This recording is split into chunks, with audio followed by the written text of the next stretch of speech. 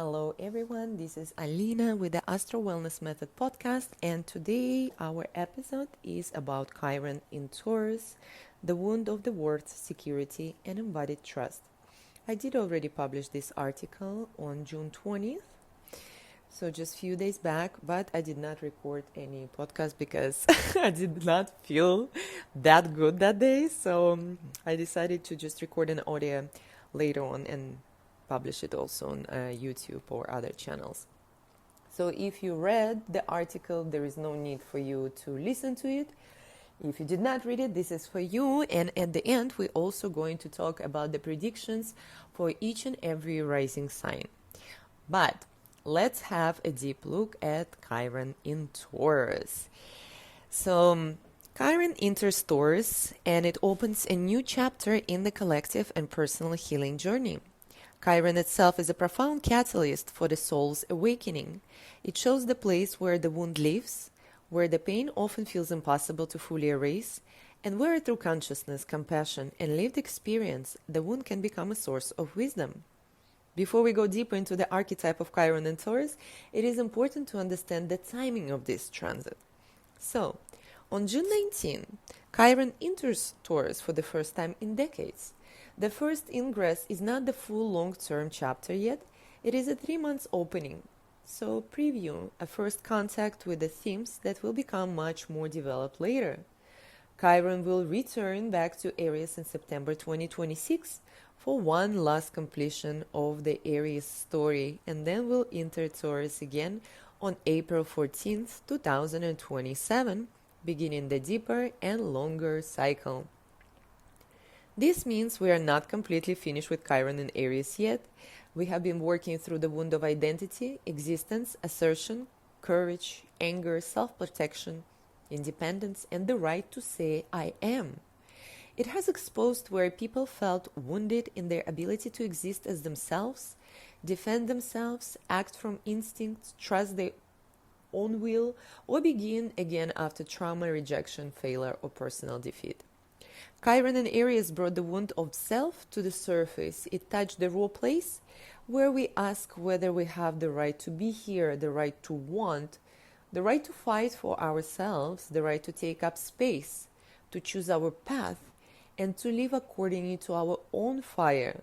For many people, this period brought confrontations with anger, exhaustion, survival mode, independence, body trauma, self-abandonment, and the painful realization of where they were still waiting for permission to exist.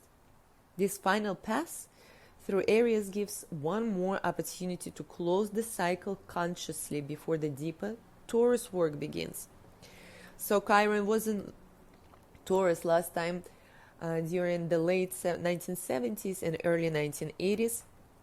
It first entered in 1976, returned briefly to Aries, then entered Taurus again in 1977 and remained there until 1983, with the final retrograde return into Taurus before moving fully into Gemini. That period carried strong Taurus themes around money, survival, inflation, material values, resources, food, land, bodily security, and the relationship between physical stability and collective uncertainty. We will speak more about the collective meaning of that period and how it connects to the present moment in another post and in another podcast. This is dedicated specifically to the archetype of Chiron and Taurus, who he is, what this placement brings, and what it can mean personally for us. For those who are born with Chiron and Taurus, this is specifically important because this transit activates your natal Chiron story or return. And for all of us, it is a profound reckoning with the wound, the gift, the body, the past, and the deeper pattern of your life that is connected to Taurian and perhaps Venusian themes, the ruler of Taurus. It can and will also bring pain to the surface, but it will also initiate maturity, wisdom, and a much more embodied relationship with your own value. So at the heart of Chiron is the archetype of the wounded healer and the shaman. In Greek myth, Chiron is the immortal centaur who was abandoned at birth, accidentally wounded by a poisoned arrow and unable to cure himself. Eventually, he surrendered his immortality to escape the agony. Psychologically, Chiron represents a deep core wound, often felt as early abandonment, physical vulnerability, or an existential sense of not belonging. Because this wound is not healable in the ordinary sense, it forces us inward. So, through this process, we learn how to turn poison into medicine, transforming our deepest pain into a unique source of wisdom, empathy, and healing power. On this note, I want to also add here that when I say this wound is not healable in the ordinary sense, it's literally true, because we will never be able to close this wound. We can only change our relationship with this wound, how we process it, and how we treat it, right? So, but it will still be there. I'm sorry, you are not a robot. You cannot just press something and suddenly you don't feel anything. Actually, I think in 2023, if you go to my Instagram, you will find this video. It is about happiness, and I was talking about that it's very misconception that everything has to be like, how to say, calm all the time, or like, you won't be able to experience some emotions, you won't get mad. People who don't get mad, they're pretending. People who don't get upset, they're pretending, majority of the times. Because in the situations that you see that there is some reaction obviously needed. Because a lot of people think under some kind of false pretension, for some reason, I think probably social media gurus advising it to numb it. So you cannot numb things. You are not a robot, you're not a machine, you will still feel it. You might still feel triggered eventually every now and again, even if you worked on something. But it does not mean that you did not change your relationship with this wound or whatsoever. So you must process these things. That's the only way out, okay? So Chiron also acts as a bridge. Astronomically, Chiron travels between Saturn and Uranus, and symbolically it links two different realms of experience. Saturn represents structure, limitation, time, material reality, psychological defenses, and ego boundaries. Uranus represents liberation, higher consciousness, awakening, and the transpersonal world. Chiron becomes the luminous thread of consciousness between them, allowing the high voltage frequencies of awakening to filter into a dense physical reality without destroying the structure of the self. Chiron helps us to change our relationship with the wound, like I said. The journey often begins in the victim or grievance state, where we feel uniquely targeted by fate, life, caught in unfairness, or focused on external blame. Imagine this period, right? Because we're going through the stages with Chiron. Then we begin to see scapegoat dynamics, whether we either project our shadow onto others or allow ourselves to be treated as the outcast, misfit, or the one who carries the pain for everyone else, right? True Chironic healing only begins when the ego's defenses soften enough for compassionate self-inquiry. We enter the chaos of the wound, hold our suffering with a radical acceptance, and slowly release our attachment to the suffering itself. With Chiron in Taurus, this process moves directly into the body, the earth, survival, value, money, food, pleasure, security, your possessions, and the right to exist in physical form. Taurus is the archetype of the earth, the physical body, material resources, and the ability to possess, receive, stabilize, and feel secure. It speaks to our instinctual sense of self-worth and our basic trust in the survival. When Chiron is in Taurus, the core wound revolves around damaged inner value, a fear of scarcity, and a loss of trust in life's ability to provide. This can create an unshakable feeling of lacking resources, even when the person is financially stable, materially comfortable, or externally secure. This wound symbolizes that safety, security, abundance, and love were taken away, lost, or are missing. It shows up through a deep sense of insecurity, a fear of losing stability, a deficit of values, and a rupture in trust. Underneath everything, there is a search for security, trust, and love, often through material values. Eventually, this becomes a search for universal values. And by the way, if your natal Chiron is in the second house, which is ruled by Taurus, you will be feeling these themes also more closely, since this is the underlying energy of your Chiron apparatus too. So let's say if your Chiron is in Taurus, but it's in the I'm sorry, if your Chiron is, I don't know, in Leo, but is in the second house, you will still feel these energies and themes more, and you can actually just sit down with yourself and reflect, and you will see what I'm talking about is completely true. This is the underlying energy, even if the sign is different of that position. So this wound can express itself through tendency to grasp, hold on, cling, covet, or hoard security, safety, abundance, and love, whether through people, possessions, money, comfort, familiar environments, or core ideals. There can be material or emotional demandiness, clinging, self-centeredness, and attachment to transient values. On the other side, there can be complete devaluation of self and life itself, but underneath both extremes is still a quest for love. Do not forget, it's ruled by Venus. And Taurus, you can go to my Instagram, and I think I also have it probably on my other social media as well as a Substack, or probably even on YouTube. There is a video where I explain the symbolism of Taurus, and I talk about this blending of masculine and feminine energies within the same sign, because it represents a cow, which is a female, and also Taurus, it literally means male version. So it's both energies, but cow itself in general represents the Mother Earth. So you see, we're like, as I always love to say, everything is interconnected. I mean, like, it's like a rabbit hole. You will never find an ending, and it's always, the conclusions that I come all the time, just like it's always said in those old scripture books, we are all one. Everything comes from one, no matter from what side you look at. Once you go into the rabbit hole, you go to the same conclusion. That's very interesting. So anyway, Chiron and Taurus often brings also swings between these two behavioral extremes that I just talked about. One expression is the hoarding mentality, clinging to every penny, every object, every stable structure, and denying oneself basic pleasure out of an intense fear of running out.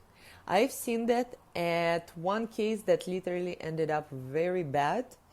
A person had a heart attack and had absolutely no opportunity to enjoy all that money that they were so tirelessly making and not spending. This is a real life situation.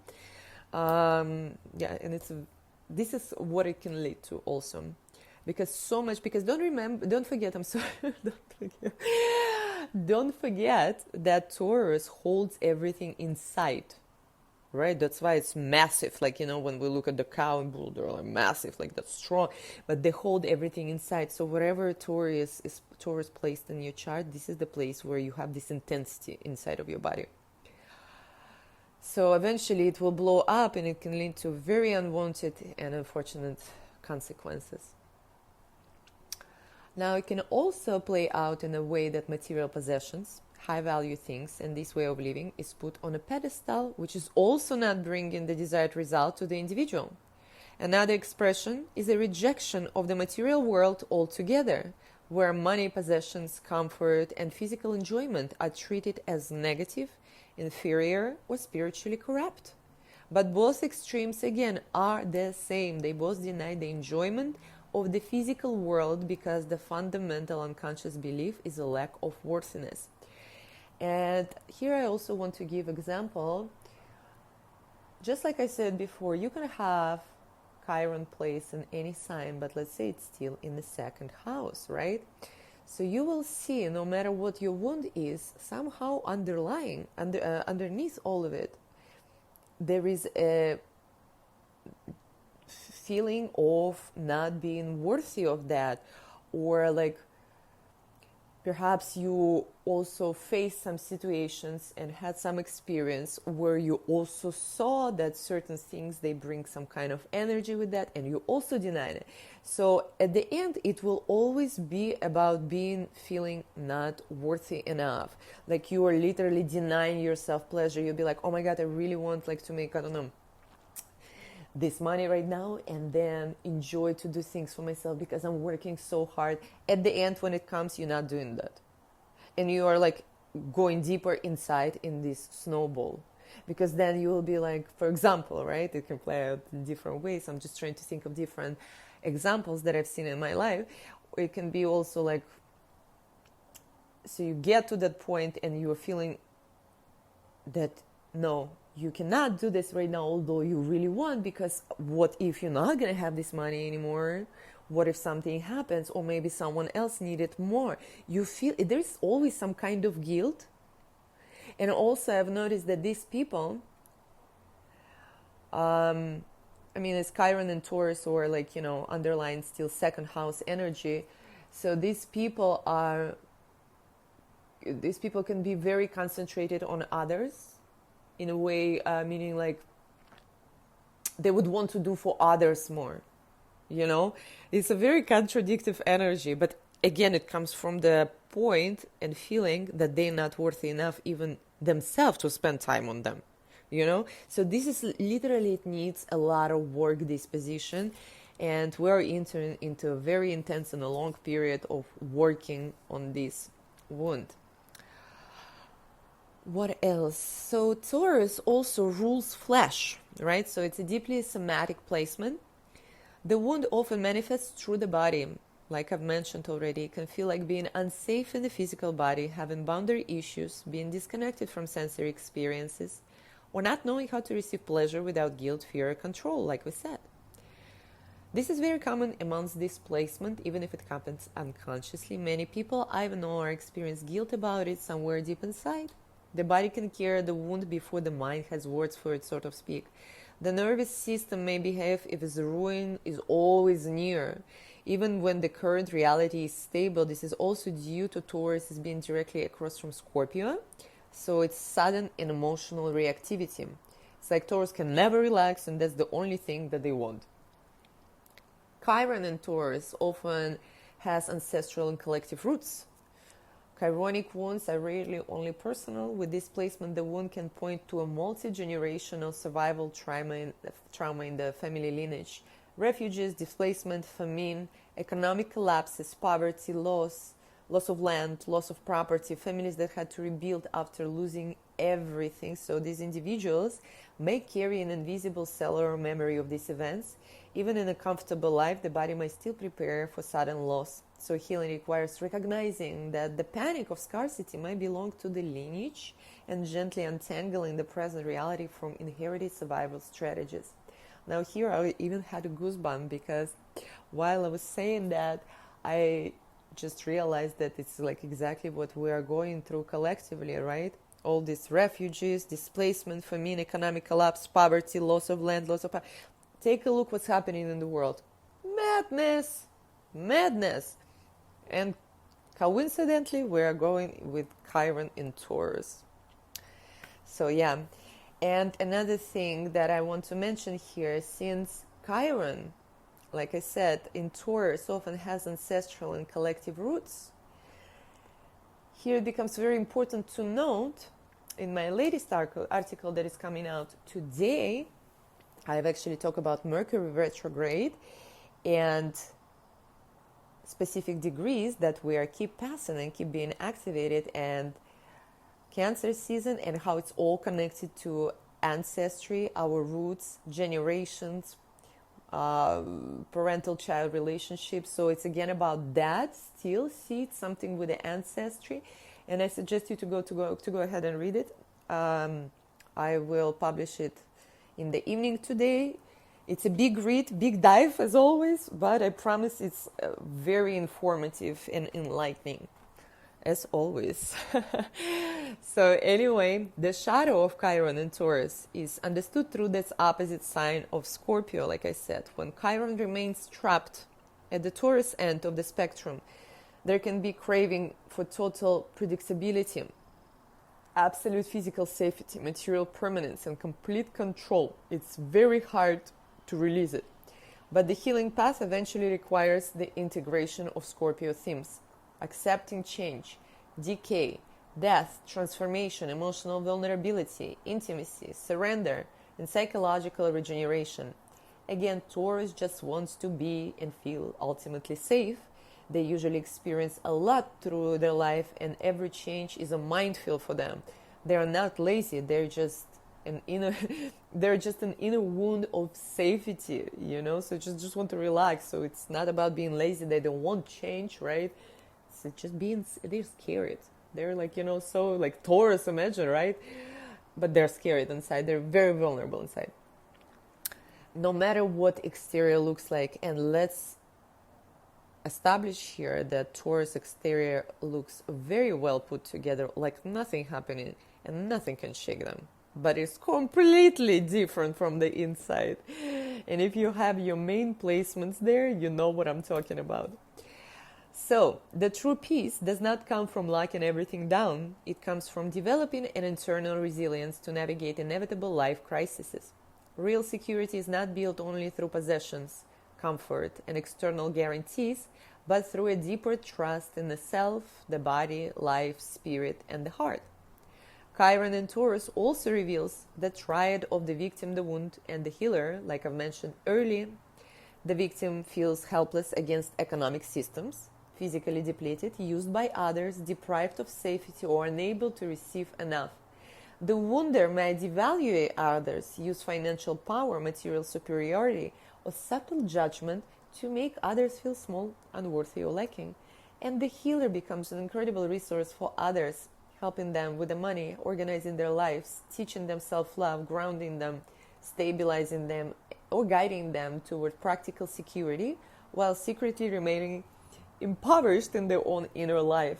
But this is true. This is the healed version of Taurus itself, and obviously Chiron and Taurus, and ultimate desire, just unconditional love.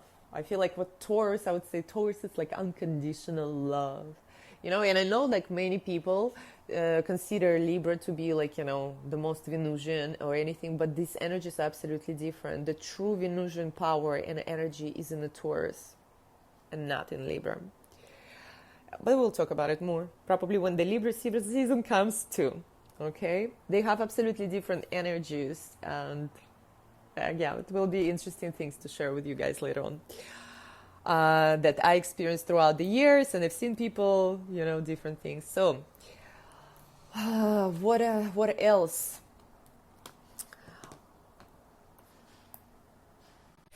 Recognizing when we are unconsciously playing the wounder is a critical turning point for us. With Chiron in Taurus, this might happen through judgments around someone's material status, lifestyle, body, money, pleasure, food, comfort, or values.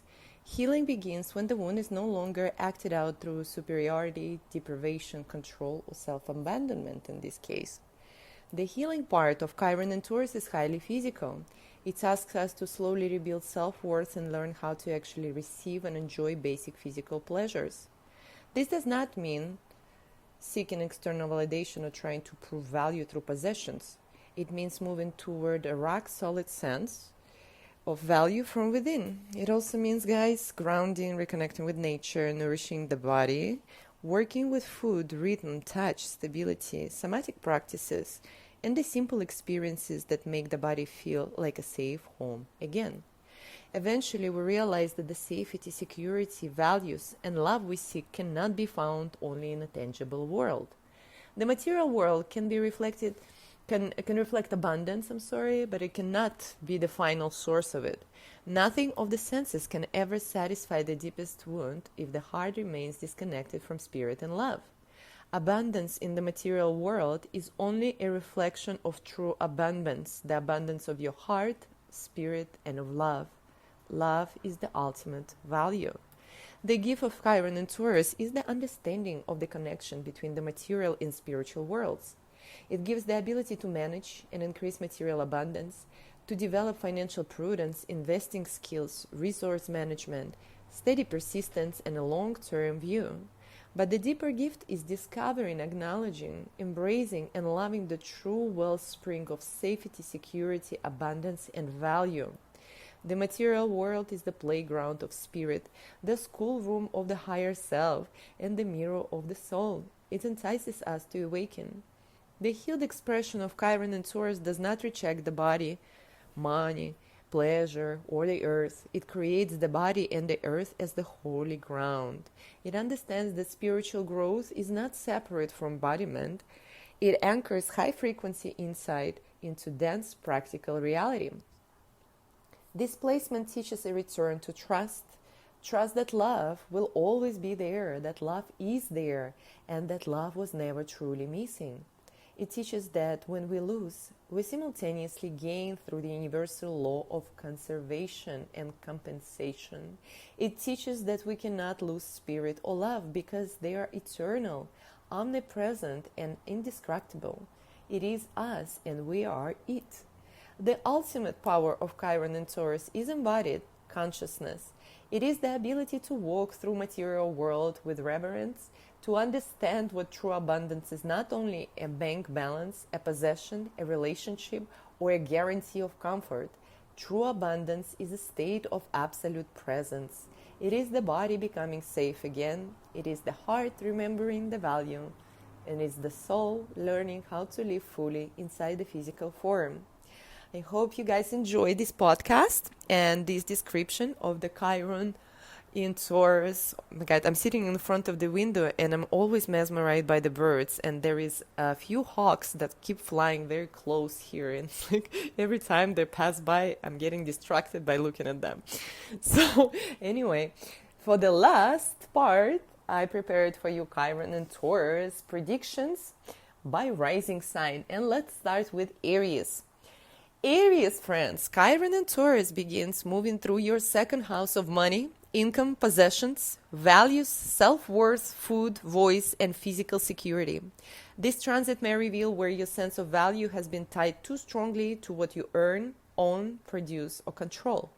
It can bring healing around scarcity, survival fear, unstable income, undercharging, overworking, or not allowing yourself to receive.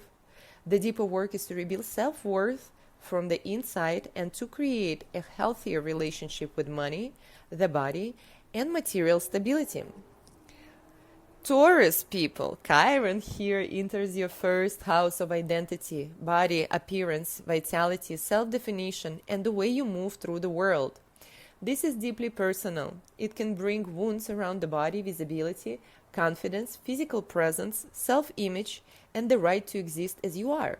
You might become more aware of how much your body has carried, protected, observed, or endured. The healing path for you is embodiment, self-acceptance, physical restoration, and I cannot stress it enough, seriously, for Taurus people, and learning to live from your own value without needing external confirmation. Gemini rising. Chiron and Taurus moves through your 12th house of unconscious, isolation, retreat, spiritual memory, hidden fears, ancestral patterns, and self-undoing.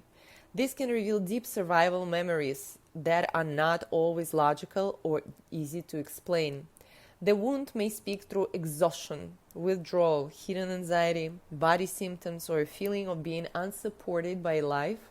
The healing path for Gemini rising asks for solitude, spiritual practices, nervous system repair, dream work, rest, and release of inherited scarcity or fear that no longer belongs to your present reality.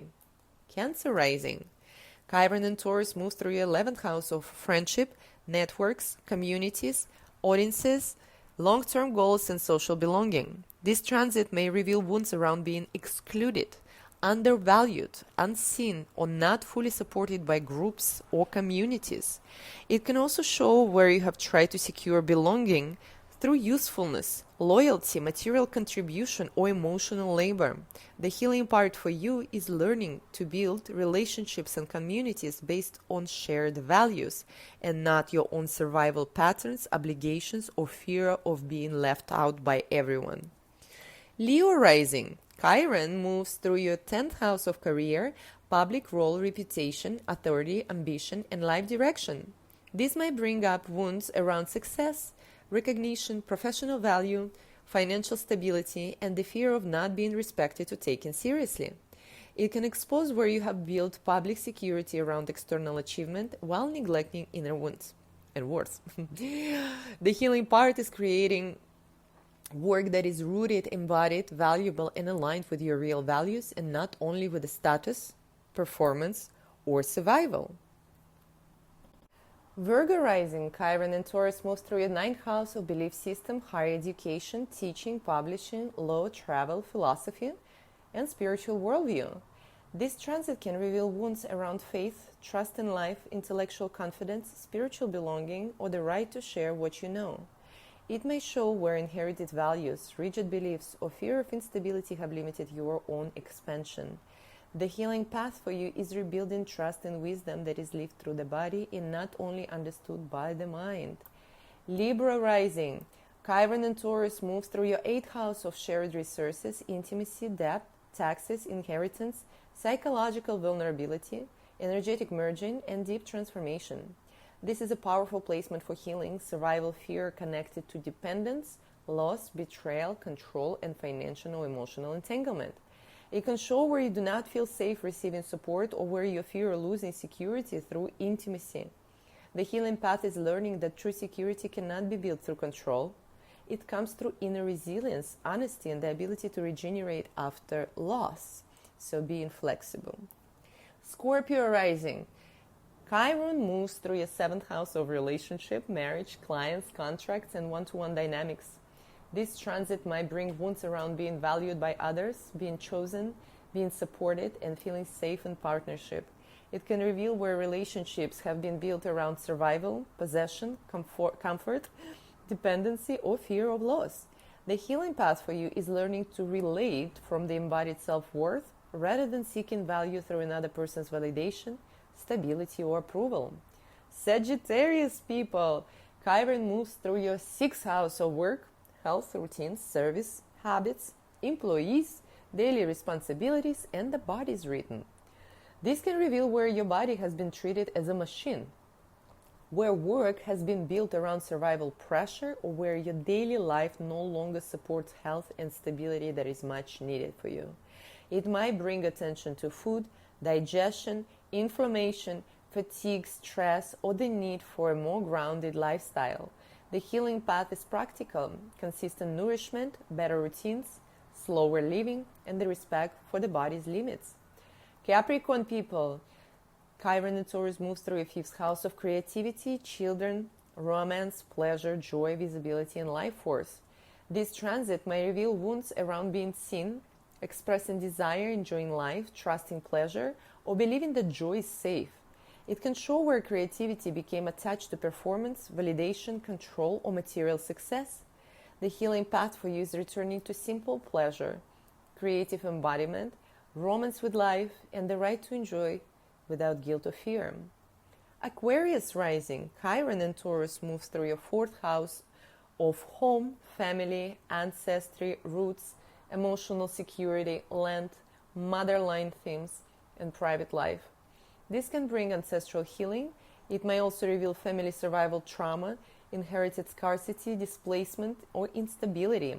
The feeling that home was never fully safe for you for some reason. And it can be, the place where you grew up or the one that you build with yourself, with your partner. The healing path is creating internal and external grounds, healing the body's memories of the past, and building a home within yourself that is not dependent on perfect circumstances. Chiron and Taurus moves through your 3rd house for Pisces rising of communication, siblings, early education, local environment, writing, voice, and the nervous system. This transit may reveal wounds around speaking, learning being heard, trusting your voice, or feeling mentally safe. It can also show how early environments shaped your relationship with value, security, and self-expression. The healing path for you is through embodied communication, grounded thinking, nervous system repair, writing, teaching, or learning how to speak from your own worth. Chiron and Taurus inevitably asks us, do we feel worthy of being here? Do we feel safe enough to receive? Do we trust the body? Do we trust life? Do we know the difference between material security and spiritual security? And do we understand that love is the ultimate value? So guys, this is the beginning of a long healing journey through the earth element. The first 3 months give us a preview. The final return to Aries will complete the old wound of identity. Then from April of 2027 onward, Chiron and Taurus begins the deeper work of embodiment, value, survival, pleasure, abundance, and trust. If you like it, follow along for the next part where I will speak more about the collective meaning of Chiron and Taurus and what this transit may bring to us on a larger scale. For personal guidance, message to book a natal chart reading, guys, Astro Wellness Blueprint, year ahead reading, or personalized wellness session. I also want to share that I'm offering right now at 10% off for all my new clients. Doesn't really matter what reading you guys are interested. And with that purchase, you will receive a complimentary the rest of 2026 months for yourself. So basically, we will discuss not only your reading, be it a natal chart or your year ahead, but how specifically these 6 months of 2026 will influence and affect you. As we talked about many times, and you probably heard already, these 6 months are going to be the ultimate thing right now that's happening. Since the beginning of the year, I actually been talking about that right now it's necessary work needs to be done, and we must to push forward with, from the internal strengths and not external. And if you already had with me the reading, I probably already told you that things will change come September. So right now it's extremely important to know how to navigate, especially if you do feel that you are standing in the front of something big happening in your life, or if you're craving changes, or you feel the change that needs to be happened in your life. If you're feeling lost, if you need some kind of navigation, please DM. Like I said, you have a promotion, plus you have a complimentary 6 months that is specifically will be designed for you. So we'll go month by month with the important dates. If you had the reading with me, you already know what I'm talking about. I'm super going into details with everything. So you have absolutely no choice how to proceed after that with the correct knowledge, okay? And apply it to your life. So please DM me for that. And in general, just follow my work, be it on a Substack or other media. Please comment. I always like to hear your opinions, your thoughts, and I wish everybody a great week.